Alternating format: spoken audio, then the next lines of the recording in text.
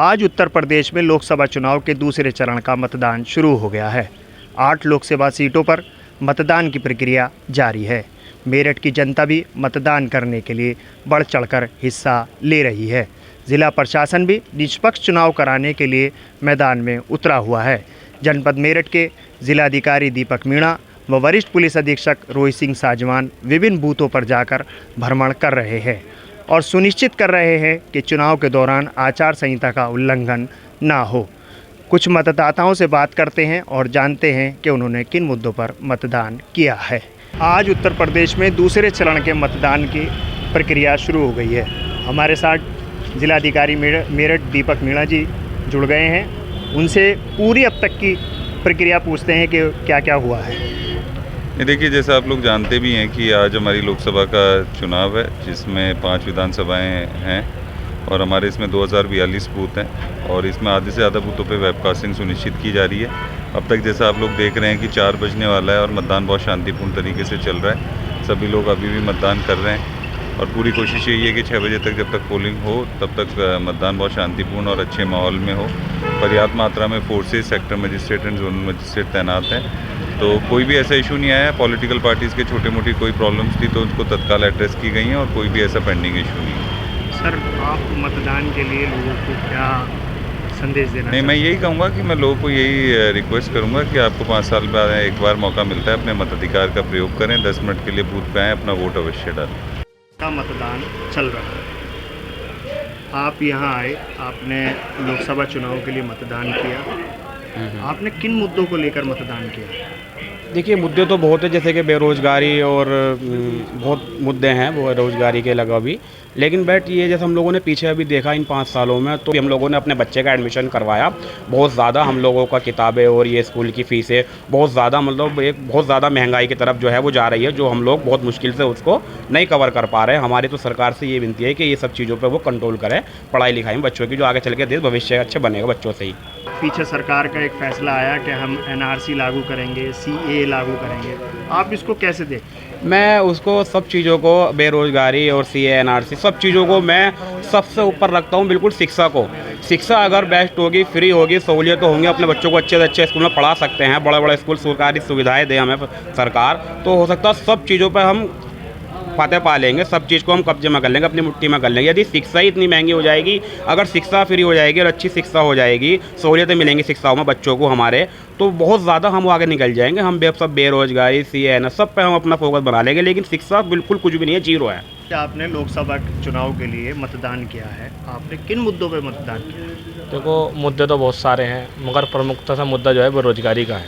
अगर लोगों को रोज़गार नहीं मिलेगा तो घर नहीं चलेगा, घर नहीं चलेगा तो बच्चे को नहीं पढ़ा पाएंगे, बच्चे नहीं पढ़ेंगे तो हमारा विकास रुक जाएगा और संपूर्ण भारत का विकास रुक जाएगा। रोज़गार सबसे प्रमुख मुद्दा है इस चुनाव का।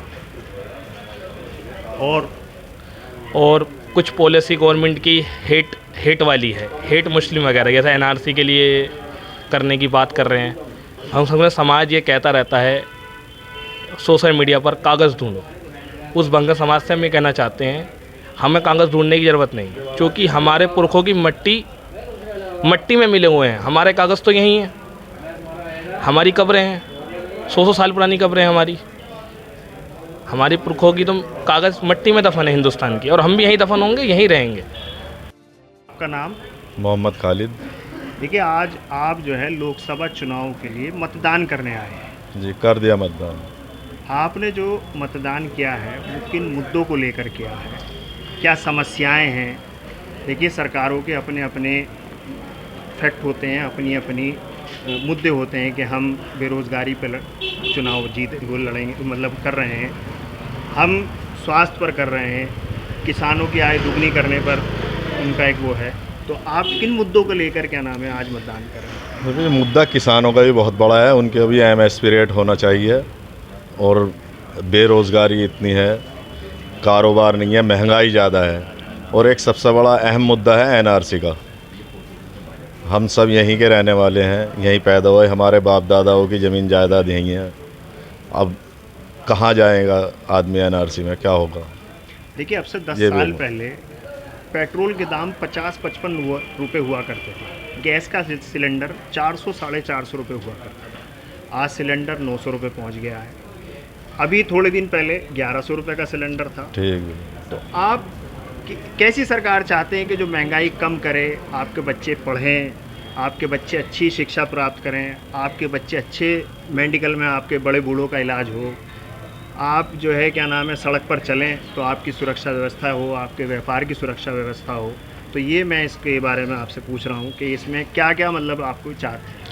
तो शिक्षा भी होनी चाहिए, और शिक्षा के साथ साथ सबसे पहले तो कारोबारी मुद्दा है जो है नहीं आज हिंदुस्तान के अंदर, शायद हमारे मेरठ में तो नहीं है।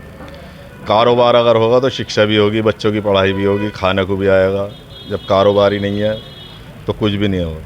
आज उत्तर प्रदेश में लोकसभा के दूसरे चरण का मतदान चल रहा है। लोगों की अपनी अपनी राय है, अपने अपने मतदान करने का के मुद्दे। आपने किन मुद्दों पर मतदान किया है? इस बार बहुत बड़ी तादाद में पूरे प्रदेश में मुसलमानों ने इंडिया गठबंधन को वोट दिया है, और वोट जो है कि भाजपा की नाकामी की वजह से इंडिया गठबंधन को वोट दिया है। और महंगाई का मुद्दा अहम रहा है, बेरोज़गारी का मुद्दा अहम रहा है, भ्रष्टाचार हो रहा है। इस मुद्दों पे जो है बड़ी तादाद में मुसलमानों ने इंडिया गठबंधन को वोट दिया। मैंने वोट डाल दी है, और जो है हमारा निशान साइकिल है। मैं सभी से 70% ऊपर मतदान मेरे लिए करें सब लोग, मेरी जीतो यहाँ से, और मैं सभी से जो है धन्यवाद करूँगी। हाँ, चुनाव बहुत शांतिपूर्वक हुआ, हमारा मतदान भी शांतिपूर्वक होगा। बिल्कुल कोई ऐसी दिक्कत कहीं आती है तो हम उसके लिए जो है एकदम शिकायत करेंगे डीएम साहब से, और तुरंत उस शिकायत को दूर करने की कोशिश करेंगे। और मैं चुनाव में जनता के बीच में मुद्दों को लेके गई हूँ, जो जिनकी विकास कार्य नहीं हुए हैं, बेरोज़गारी है, महंगाई की मार है। तो 5 साल पूरा विकास कार्य किया हमने, महापौर रहे हैं पूरे 5 साल मेरठ के। तो उसी मुद्दों को लेके, उसी विकास कार्य को लेके जो हम चुनाव लड़े हैं, और चुनाव में बीच में जनता के बीच में जा रहे हैं। हाँ बिल्कुल वोट कर लिया है। क्या कहना चाहेंगे जनता से? जनता से अपील ये है कि सभी लोग गठबंधन को वोट दें, क्योंकि भाजपा सरकार ने सभी लोगों को सताया है और किसी के लिए कोई काम नहीं किया है। विकास के नाम पर बिल्कुल दब्बा, 2-3-4 ही उद्योगपति है जिनको सरकार बढ़ा रही है। इसलिए मेरी सभी लोगों से अपील है कि अपने लिए, अपने हक हकूक़ की लड़ाई लड़ने के लिए आज वोट का सही प्रयोग करें। देखिए, हमारे जो दलित और मुसलमान हैं, जो वोटर्स हैं, और जो हमारे जो हमसे जुड़े हुए सभी लोग हैं, क्योंकि हमें हर जाति का वोट मिल रहा है, 36 बिरादरियों का वोट मिल रहा है, वो तमाम लोग बढ़ चढ़ के मतदान कर रहे हैं, वोट कर रहे हैं।